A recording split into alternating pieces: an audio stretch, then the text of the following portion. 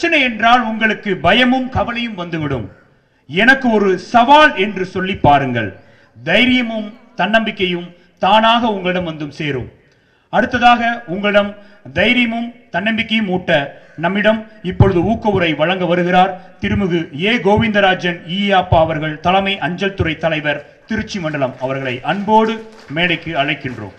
இந்த சிறப்பான ஒரு நிகழ்வை இங்கே ஏற்படுத்தி தந்திருக்கக்கூடிய வெற்றி தமிழா இயக்கத்தினுடைய முக்கிய புள்ளியாக இருக்கக்கூடிய நண்பர் செல்வம் அவர்களே, பழனிசாமி அண்ணன் அவர்களே, அண்ட் அதனுடைய முக்கிய தூணாக இருந்து கொண்டிருக்கக்கூடிய ஆல்பர்ட் அவர்களே, அண்ட் கல்லூரி மாணவர்களே, மாணவியர்களே, எல்லோருக்கும் என்னுடைய இனிய காலை வணக்கங்களை தெரிவித்துக் கொள்கிறேன்.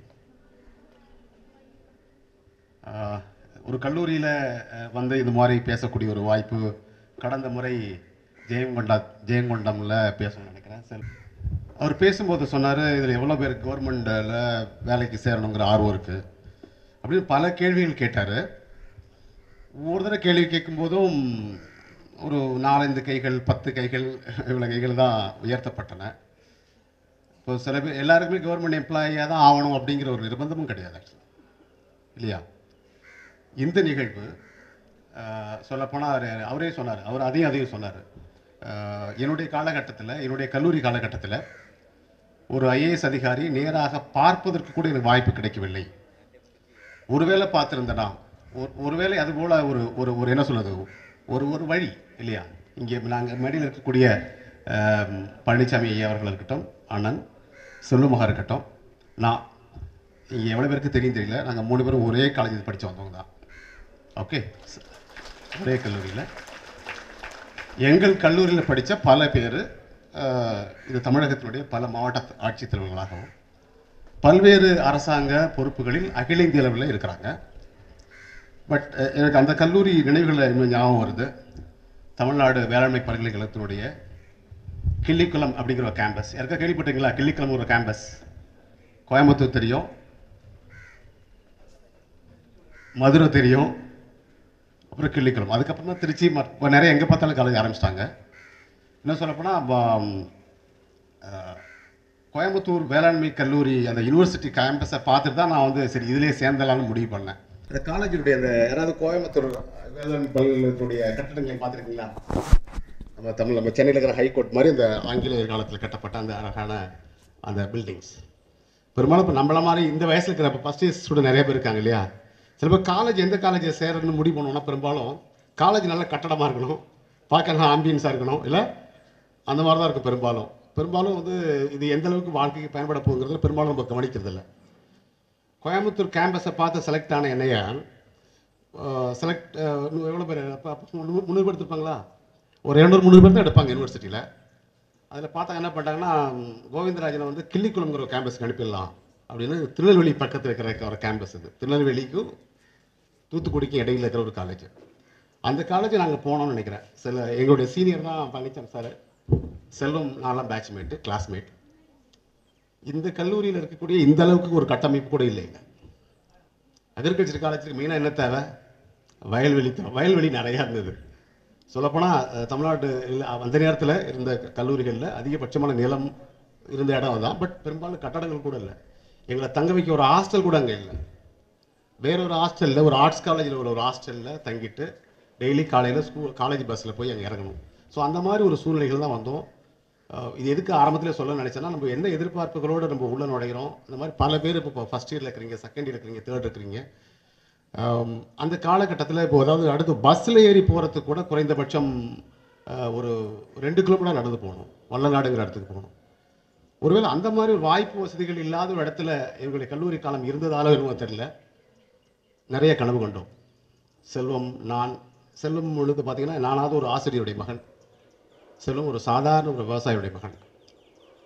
அவர் எட்டிருக்கூட ஒரு ஹார்ட்வேர் யூனிவர்சிட்டியில் ஒரு பட்டத்தை, அதாவது ஒரு டாக்டரேட் பட்டம் வாங்கிட்டு உங்கள் முன்னாடி உட்காந்துருக்காரு. அதை நினைத்து நானும் பெருமைப்படுறேன். ஏன்னா செல்வம் பெற்ற வெற்றி நாங்கள் எல்லாரும் பெற்ற வெற்றியாக கருதுகிறோம். செல்வம் இந்த நிகழ்வை ஏற்படுத்துவதற்கு காரணம்னா, பல பேர் சொல்கிறாங்க, சொசைட்டியில் வந்து சொசைட்டினால் உருவாக்கப்படுகிறோம். அந்த பலன்களை வந்து நம்ம மட்டும் அனுபவிச்சுட்டு நம்ம குடும்பம் அப்படின்னு போயிட்டே இருக்கோம். செல்வம் அதில் முற்றிலும் மாறுபட்ட நபர், சொசைட்டிக்கு திரும்ப கொடுக்கணும், இன்னும் சொல்லப்போனால் எனக்கு கிடைச்சதை விட அதிகமாக கொடுக்கணும், கிட்டத்தட்ட அந்த ஒரு ஒரு ஒரு ஆதங்கம், அந்த ஒரு வேட்கை தான் நானோட மணிகண்டனுடைய பேச்சிலையும் பார்த்தேன். மேபி அவருடைய நடை கொஞ்சம் கடினமாக இருந்திருக்கலாம், யாருக்கெல்லாம் பிடிக்கல எந்திரிச்சு போங்க அப்படிங்கிற அளவுக்கு சொல்லிட்டார். மேபி அவருக்கு வந்து அதில் ஒரு ஹார்ஷ்னஸ் அல்ல அவருடைய நோக்கம். அவருடைய நோக்கம் ஏன்னா அவர் உங்களுடைய ஸ்டேஜை ஒவ்வொரு ஸ்டேஜ்லேயும் கடந்து வந்திருக்கிறார். அவரும் ஃபஸ்ட் இயர் ஸ்டூடெண்டாக இருக்கும்போது என்னென்ன ஒரு சந்தர்ப்பங்கள், சூழ்நிலைகள், பிரச்சனைகள், இப்போது நேற்றுக்கு தான் நினைக்கல, நியூஸ் பேப்பரில் பார்த்துருப்பீங்கன்னு நினைக்கிறேன். நான் அதான் தருமபுரி ஏரியாவில் +2 எக்ஸாம் எல்லாம் முடிஞ்சாச்சு இல்லை, ஃபைனல் எக்ஸாம் முடிஞ்ச உடனே இதுக்கப்புறம் இந்த ஸ்கூலுக்கு வர வேண்டாம்ல, இல்லை டிசி வாங்க வரணும், அது தெரியாமல் அவங்க ஊரில் பசங்க, பொம்பளை பசங்க, ஆம்பளை பசங்க எல்லாரும் சேர்ந்து என்ன பண்ணாங்க தெரியுமா? பேப்பர் பார்த்தீங்களா? யாராவது படிக்கலையா? ஸ்கூலு கிளாஸில் இருக்கிற எல்லா சேரு நார்களையும் உடைச்சி போட்டுட்டு போயிட்டாங்க. இப்போ சோஷியல் மீடியாவில் எங்கே வந்தாலும் பயங்கிறது. அதாவது ஒரு கல் ஸ்கூலில் முடிச்சுட்டு ஃபைனல் இயர் இல்லை 12வது முடிச்சுட்டு வெளியே போகிற பசங்க, நான் அதில் பார்த்த சில பொம்பளை பிள்ளைங்களும் நல்ல ஒரு சேர் எடுத்து உடைக்குது. அப்படி ஆணுக்கு பெண்ணும் சமம் என்பதை அங்கே நிரூபித்தாங்க. ஒருவேளை அந்த மாதிரி ஒரு +2 முடிச்சுட்டு இந்த மாதிரி ஒரு கல்லூரியில் வந்து ஃபஸ்ட் இயரில் உட்காந்துருக்காங்கன்னா, ஒருவேளை மணிகண்டன் பேசிய பல விஷயங்கள் பேச வேண்டியிருக்கீங்க. ஸோ இது எப்படி ஒரு சமூக அக்கறையோடு இந்த ஒரு வெற்றி தமிழா, தமிழர்கள் வெற்றி பெற வேண்டும் அப்படிங்கிற ஒரு நோக்கத்தோடு இந்த அமைப்பை ஏற்படுத்தி கல்லூரிகளோடு ஒருங்கிணைக்கப்பட்ட ஒரு நிகழ்வுகளை ஏற்பாடு செய்து கொண்டிருக்கிறார்கள். அதில் பங்கு பெறக்கூடிய மிகப்பெரிய ஒரு நல்ல வாய்ப்பை எனக்கு ஏற்படுத்தி தந்த செல்வம் அவர்களுக்கும் ஆல்பர்ட் அவர்களுக்கும் என்னுடைய நன்றியை இந்த நேரத்தில் உறுதியேற்றுக் கொள்கிறேன். எப்படி பேசுறது, என்ன பேசுறதுன்னு ஆர்கனைஸ் பண்ணுறது மாதிரி நான் பெருசாக ப்ரிப்பேர்டாக வரல. மணிகண்டன் தன்னுடைய வாழ்க்கையை சொன்னார், என்னுடைய வாழ்க்கை நடந்ததை மிக பிரீஃபாக சொல்லிட்டு அதில் என்ன படிப்பினைகளை உங்களுக்கு எடுத்துக்கொள்ள முடிகிறதோ எடுத்துக்கொண்டு போங்க. பட் அதுக்கு முன்னாடி இதை மட்டும் சொல்லிடுறேன். அவர் சொன்னார் இல்லையா, அப்போது அதை என்னது கவர்மெண்ட் சர்வீஸ்க்கு அவ்வளோ பேருக்கு இன்ட்ரெஸ்ட் இருக்குது. நான் ஆரம்பத்திலே சில டிஸ்க்ளைமர்ஸை சொல்லிடுறேன். அரசாங்க வேலையில் வர்றது தான் பெரிய விஷயம் அப்படிங்கிறது இல்லை. ஐஏஎஸ் ஐபிஎஸ் ஆகிறது தான், அரசாங்க வேலையிலையும் ஐஏஎஸ் ஐபிஎஸ் ஆகிறது மட்டும்தான் பெரிய விஷயமா இல்லை இல்லையா? அப்புறம் இந்த நிகழ்வில் நாங்கள் பேசக்கூடிய தகவல் மட்டும்தான் உங்களை உயர்த்த போகுது அப்படிங்கிறதும் இல்லை. The basic disclaimers I am making it very clear. சரிங்களா? அதாவது பல விஷயங்கள் இப்போ வந்து சொல்லுங்களேன், ஒரு மிகப்பெரிய பாறை உடைக்கிறாங்க, பல பேர் முயற்சி பண்ணுறாங்க, உடைச்சிட்டே இருக்காங்க, 99 முறை உடைக்கிறாங்க, உடைக்க முடியல, கோடுகள் விழுத வழியே உடைய மாட்டேங்குது. 100வது வந்து ஒருத்தர் உடைக்கிறாரு, டப்புன்னு உடைஞ்சிருது. இந்த கல் உடைத்தது அந்த 100வதாக தட்டிய அவரா யாரு? யா இப்போ அந்த 100 தட்டுகளில் எங்களுடைய தட்டும் அதில் இருக்க போகிறது. எங்களுக்கு இன்னும் நிறைய தட்டுகள் கிடைக்கும். அப்படிலாம் தட்டி தான் உங்களை என்ன சொல்லுது, பொன் நகைகளாக, ஆபரணங்களாக சொல்ல, ஒரு கோல்டு வந்து வெறும் ராக்கா சாயிலாக இருக்கும்போது பயன்படாது இல்லையா?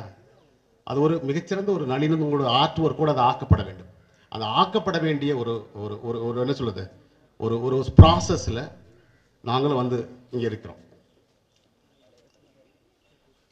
யா இப்போ அரசாங்க சேவை வேணுமா வேணாமா அப்படிங்கிறதுல சில தர்க்கங்கள் இருக்கலாம். ப்ரைவேட் செக்டார்லேயும் போய்ட்டு முன்னேறி வரலாம், சொந்தமாக பிஸ்னஸ் பண்ணியும் நல்லா முன்னேறி வரலாம்.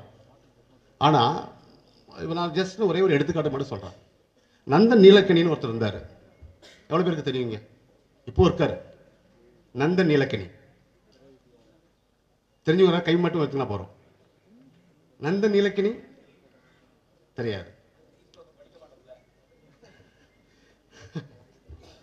நந்தன் நீலக்கணிங்கிறவர் சொல்லுங்க. இன்ஃபோசிஸ்ங்கிற ஒரு நிறுவனம் தெரியுமா உங்களுக்கு? தெரியுமா இன்ஃபோசிஸ்ங்கிறது? இல்லை அதுவுமே தெரியாதா? தெரியல. தெரியும் ஒரு கை மட்டும், நான் உங்களுக்கு கேள்வியெல்லாம் கேட்க மாட்டேன், கை ஒருத்தர் தெரிந்தவர்கள் இருக்கிறார்கள் நினச்சிக்குவேன். இன்ஃபோசிஸ்ங்கிற மிகப்பெரிய ஒரு உலக அளவில் பறந்து விரிந்து இருக்கக்கூடிய ஒரு சாஃப்ட்வேர் நிறுவனம் இல்லையா? சாஃப்ட்வேர் அப்ளிகேஷன் நிறுவனம். என்ன சொல்லணும், நான் அஞ்சல் துறையிலேருந்து வரேன். இப்போது அஞ்சல் துறையினுடைய இப்போ ஒரு போஸ்ட் ஆஃபீஸில் ஒரு கணக்கு ஓப்பன் பண்ணால் இந்தியாவில் எந்த பகுதியில் வேணாலும் இந்த பணம் எடுக்கலாங்கிற ஒரு அமைப்பு, பேங்க் மாதிரி கொண்டு வந்துட்டோம். இதுக்கு வந்து எங்களுக்கு ஹெல்ப் பண்ணதே இன்ஃபோசிஸ்காரங்க தான். இன்ஃபோசிஸ்ங்கிற மிகப்பெரிய நிறுவனத்தில் கட்டமைத்ததில் 2 பேர் இருந்தாங்க.